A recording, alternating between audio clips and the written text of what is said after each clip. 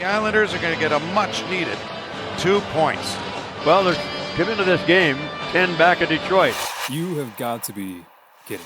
It wasn't long ago on this very channel, I made a video about the Red Wings losing, they started 1-7 with Patrick Kane, right? And how everything was going wrong. And then recently, Kane goes on a tear.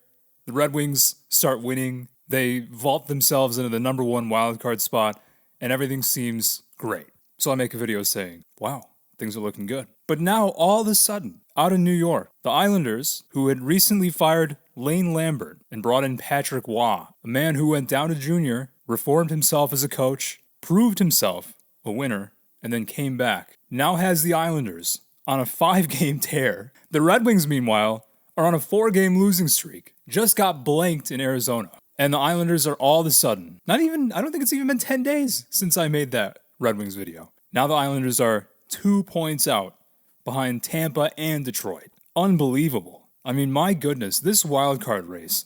And what does this mean for Patrick Waugh? If he comes back and gets the Islanders into the playoffs, this was a team that all the complaints were about.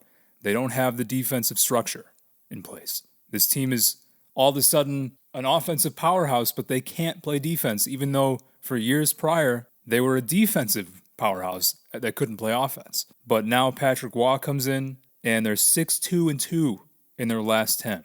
And I looked it up for you guys. Since Patrick Waugh was hired, January 20th, 2024, Ilya Sorokin is 9-2-2 with a .253 goals against average and a .913 save percentage. Sorokin signed a big contract extension, was always considered one of the best goalies in the league. Some even say the best.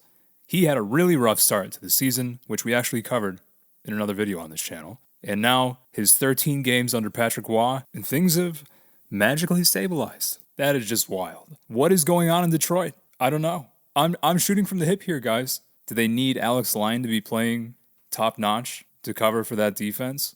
I know Dylan Larkin is out. It's a 2-week injury, but this was horrible timing. That's a nutty story. And then looking further down the standings, Washington is trying to creep back into it. But here you have the top 2 teams in the wildcard spots, the Red Wings and the Lightning, and they both opened the door wide open for somebody to come take their hard-earned spots.